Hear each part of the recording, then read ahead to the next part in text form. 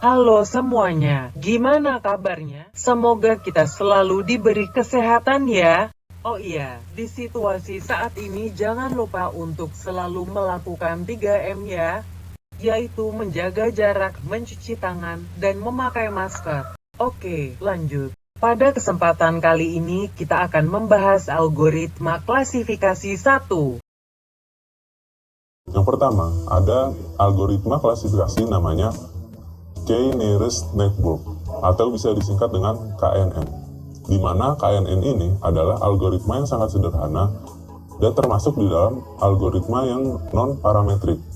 Kenapa non-parametrik? Karena KNN ini tidak memiliki parameter di dalamnya. Cara kerja algoritma KNN ini adalah dengan kita memasukkan data baru ke dalam kelompok data yang ada, lalu kita memilih sebanyak K tetangga, di mana K-nya ini adalah integer yang kita dapat ganti dengan angka. Lalu K tetangga tersebut kita lihat kelas masing-masing. Kelas yang terbanyak akan menjadi kelas dari data baru yang kita punya. Selanjutnya dapat kita lihat dalam visualisasi gambar berikut. Di sini dapat kita lihat ketika kita mengambil K sama dengan 3, terlihat bahwa 3 tetangga terdekatnya memiliki kelas A1 dan kelas B2. Sehingga data baru tersebut akan diklasifikasikan menjadi kelas B. Jika kita mengambil K sama dengan 7, maka kita akan dapatkan ada sebanyak 4 tetangga yang berkelaskan A dan sebanyak 3 tetangga dengan kelas B. Sehingga jika K-nya sama dengan 7, data tersebut akan berkelaskan A. Selanjutnya adalah algoritma decision tree, di mana decision tree ini adalah algoritma yang membuat suatu pohon keputusan dari data yang ada. Pohon keputusan ini disusun berdasarkan data-data atau kolom-kolom yang kita punya, di mana kolom yang paling penting menurut komputer atau algoritma ini akan ditaruh di kolom yang paling atas. Kemudian, bagaimana cara kita menghitung kolom yang paling penting berdasarkan komputer? Di decision tree ini ada yang namanya information gain, di mana information gain ini dicari dengan menggunakan entropi ataupun Gini index yang paling umum. Manfaat utama dari decision tree adalah kemampuannya untuk membreakdown proses pengambilan keputusan agar menjadi lebih simpel dan keputusan yang diambil bisa lebih merepresentasikan dari apa yang kita kerjakan. Berikut kita lampirkan sebuah contoh data yang akan kita olah menggunakan decision tree. Di dalam data ini ada kolom keputusan, di mana cerita dari data ini adalah apakah kita akan menentukan pada hari ini kita akan bermain tenis atau tidak. Di mana bermain atau tidaknya kita memiliki 4 kolom yang menentukan apakah kita akan bermain atau tidak. Kolom pertama adalah cuaca. Yang kolom kedua itu adalah temperatur. Kolom ketiga adalah kelembapan. Dan kolom keempat adalah angin. Kemudian di decision tree ini, jika kolom-kolom tersebut kita hitung dengan menggunakan decision tree, kemudian kita jadikan sebuah pohon keputusan, maka kolom cuaca ada di paling atas. Di mana jika cuaca cerah, kita akan melihat kelembapannya. Jika kelembapannya tinggi, kita tidak akan bermain. Jika kelembapannya normal, kita akan bermain. Kemudian lanjut ke kolom cuaca, di mana cuacanya itu berawan, kita pasti bermain tenis. Lanjut lagi ke kolom cuaca di mana cuacanya itu hujan, maka parameter lain yang harus kita lihat adalah angin. Jika anginnya kuat, kita tidak akan bermain, dan jika anginnya lemah, kita akan bermain. Sehingga dari decision tree ini kita bisa menyimpulkan kita akan bermain atau tidak tergantung parameter-parameter yang ada. Kemudian, kenapa cuaca bisa ditaruh di paling atas atau top of tree? Karena cuaca memiliki muatan informasi atau information gain yang paling tinggi. Nah, dari 2 algoritma yang ada tadi, sekarang teman-teman bisa melakukan klasifikasi dengan data yang teman-teman punya. Apa itu entropi? Pada prinsipnya, seandainya kita punya sebuah data set, kita namakan D, dan hanya memiliki 2 kelas, yaitu ya dan tidak, kemudian kita sebut persentase dari ya adalah P1 dan persentase dari tidak adalah B2, sehingga tentu saja total dari B1 dan B2 itu adalah 1. Maka yang disebut entropi itu formulasinya adalah seperti ini, yaitu negatif dari penjumlahan P dikalikan logaritmanya.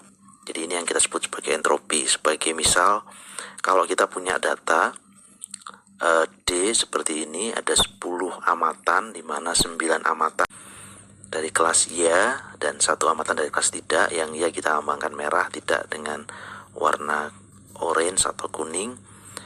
Maka nilai entropinya adalah P1-nya 0,9, P2-nya 0,1. Entropinya kalau kita hitung dengan formula yang ada adalah 0,469. Sementara kita lihat data lain dengan N yang sama 10, tapi sekarang proporsi dari ya adalah 0,7 atau 7 buah, dan proporsi yang tidaknya 0,3, entropinya adalah 0,881, lebih besar dibandingkan yang sebelumnya. Secara umum kalau kita lihat 3 buah dataset semacam ini sama-sama 10 amatannya, tapi proporsinya beda-beda. Yang ya untuk yang pertama itu 90%, 0,9, yang kedua 0,7, yang ketiga 0,5. Entropi yang sebelah kiri itu 0,469, yang kedua 0,881, dan yang ketiga persis sama dengan 1. Jadi kalau kita lihat entropi itu nilainya akan semakin besar kalau proporsi antara iya dan tidak itu semakin seimbang. Atau dengan kata lain, entropi akan semakin kecil kalau proporsi dari salah satu kelas itu mendekati 0 atau mendekati 100%. Dalam bentuk kurva nilai entropi untuk berbagai nilai proporsi ya, bentuknya adalah seperti ini. Jadi pada saat proporsinya mendekati 0 atau mendekati 100%, itu nilai entropinya akan sama dengan 0. Nilai entropi akan semakin besar kalau proporsinya itu mendekati setengah, atau dengan kata lain antara iya dan tidak itu relatif seimbang. Jadi ini entropi. Kemudian kita lanjut pada konsep information gain. Kita andaikan kita punya sebuah dataset D tadi yang punya 2 kelas, kemudian kita pecah atau kita partisi, kita sekat D itu menjadi 2 bagian. Kita sebut sebagai D1 untuk partisi yang pertama dan D2 itu sebagai partisi yang kedua. Kemudian tentu saja kita bisa menghitung entropi dari D. Kemudian kita juga bisa menghitung entropi dari masing-masing bagian. D1 kita bisa hitung entropinya, D2 juga kita bisa hitung entropinya. Information gain itu adalah selisih antara entropi awal sebelum data itu dipartisi dengan rata-rata dari entropi hasil partisinya. Jadi dalam formulasi kita lihat information gain itu adalah entropi awal ED dikurangi dengan rata-rata dari ED1 dan ED2. Jadi ini information gain. Sebagai ilustrasi, kalau kita punya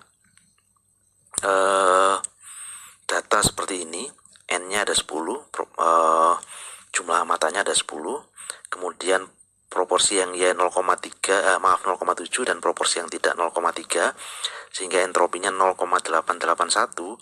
Seandainya dataset ini kita pecah atau kita partisi menjadi 2 bagian seperti yang ada di kanannya, bagian yang pertama isinya 4 amatan, bagian yang kedua isinya 6 amatan yang di bagian bawah, kita akan dapatkan untuk bagian yang pertama itu entropinya 1, kemudian bagian yang kedua entropinya adalah 0,65, dan information gain dari partisi seperti ini, mempartisi seperti ini itu adalah 0,881, itu adalah entropi awal dikurangi dengan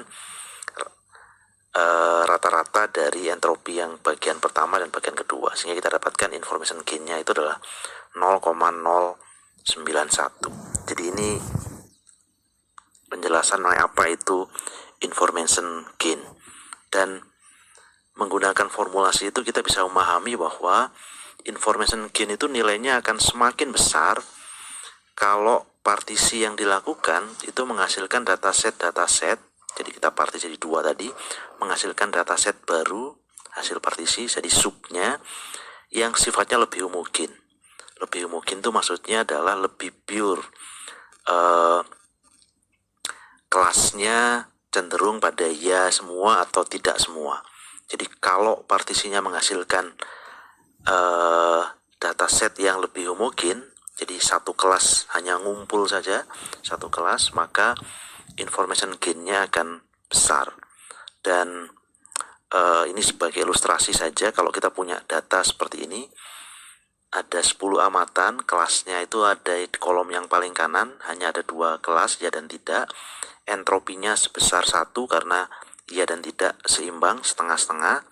Kalau kita partisi berdasarkan kelompok umur ada 2 kelompok, muda dan tua, maka kita dapatkan untuk bagian yang muda, entropinya 0,971. Untuk kelompok yang tua juga sama 0,971, dan information gain dengan partisi seperti ini itu adalah 0,029. Sementara kalau kita partisi menggunakan variabel gender, kita akan dapatkan untuk laki-laki entropinya 0,65, untuk perempuan entropinya 0, persis 0 karena semuanya tidak di kelompok perempuan, dan information gain-nya adalah 0,610. Dan kita bisa lihat bahwa information gain dari partisi berdasarkan gender lebih besar dibandingkan partisi information gain kalau kita partisi berdasarkan kelompok umur. Dengan kata lain, ketika kita mempartisi berdasarkan gender, hasil partisinya itu kelasnya lebih homogen. Seperti kita bisa lihat di laki-laki itu dari 6, 83% itu iya, jadi didominasi oleh iya. Sementara yang di kelompok perempuan itu semuanya tidak. Jadi partisinya menghasilkan dataset yang kelasnya homogen atau pure, murni. Jadi hanya cuma didominasi oleh salah satu kelas saja. Jadi ini sekali lagi apa yang disebut sebagai information gain, dan information gain ini nanti akan banyak berguna pada saat penentuan partisi terbaik pada proses pembentukan pohon klasifikasi.